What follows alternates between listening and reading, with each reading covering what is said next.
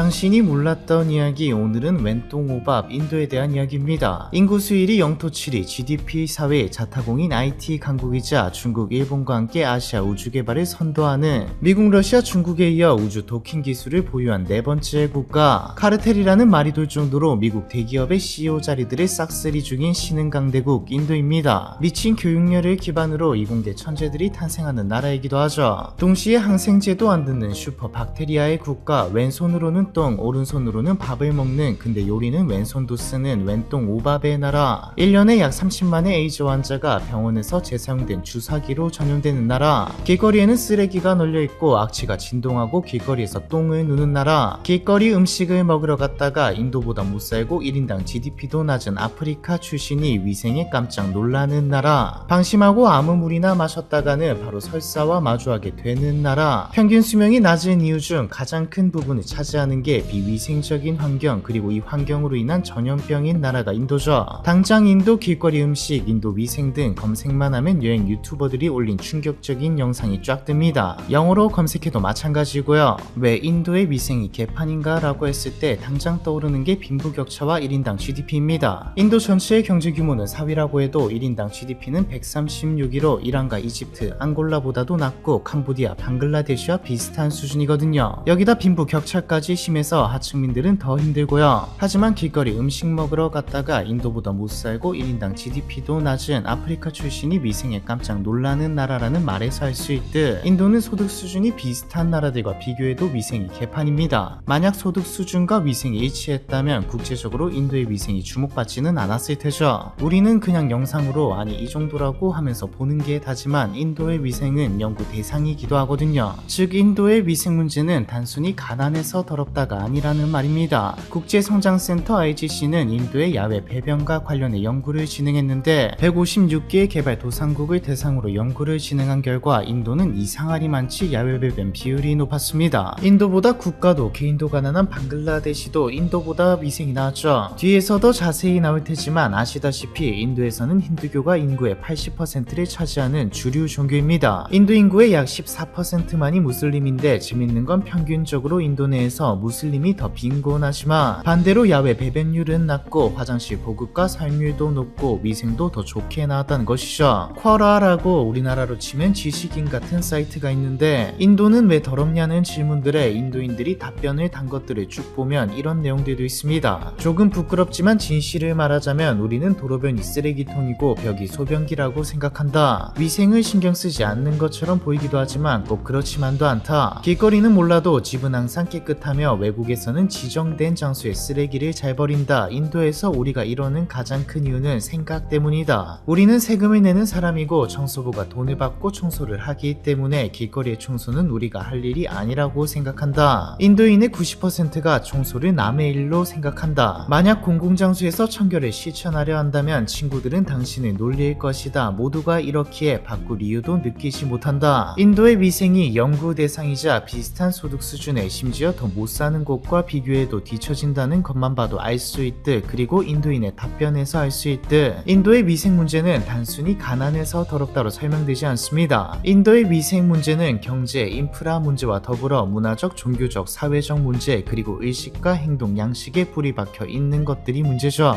사실 세계에서 가장 먼저 도시 위생 시스템을 갖추었던 나라가 인도입니다. 인도는 위생 문명의 선구자였거든요. 목욕탕과 공공급수 시설도 존재했고 대규모 우물이나 저수지, 도로 아래에 배수로까지 설치된 고도로 조직화된 상하수도 시스템까지, 그리고 거의 모든 집에 욕실과 화장실이 있었고 폐수는 뚜껑이 있는 공동 하수관을 통해 도시 외부로 배출되었죠. 4,5천년 전까지는 말입니다. 인더스 문명은 고대 세계에서 유례없는 위생 시설을 갖추고 있었거든요. 이랬던 인도가 현대의 다른 나라가 보기에 비위생적이게 변한 가장 큰 이유는 힌두교와 카스트 제도가 자리하고 있죠. 힌두교에는 청결과 부정에 대한 다른 문화나 종교와 비교해도 특이한 관념이 있습니다. 힌두교에서 깨끗함, 청결은 의례적 영적 순수함이고 더러움은 도덕적 부정과 종교적 금기를 뜻하죠. 다른 종교도 비슷한 개념이 존재하지만 힌두교에서는 여기서 더 발전해 몸과 공간의 청결함을 중요시하지만 인간의 배설물은 더러움을 넘어 가장 큰 부정 중 하나로 간주되었습니다. 배설을 하는 곳은 주거 공간과 분리되어야 하고 배설물이 머무는 장소도 신성한 공간에서 떨어뜨려야 할 것으로, 혹은 집안에 두면 가정과 시내 공간이 환경이 더럽혀진다고 간주되었죠. 마누 법전이라고 고대 인도의 법정 겸 연대기가 있는데 생활규범, 종교적 의무, 왕위, 직무, 법률, 속죄, 방법 같은 것들이 나와 있습니다. 직업의 귀천과 결혼, 불가촉, 천민 같은 카스트 제도에 들어있는 차별의 상당수가 마누 법전에서 나왔다고 여겨지죠. 성격을 보면 알 수 있듯 기본적으로 카스트의 상층인 브라만과 크샤트리아를 위한 책입니다. 그리고 여기에는 어떻게 배변해야 하는지에 대한 규율이 꽤나 상세하게 나와 있죠.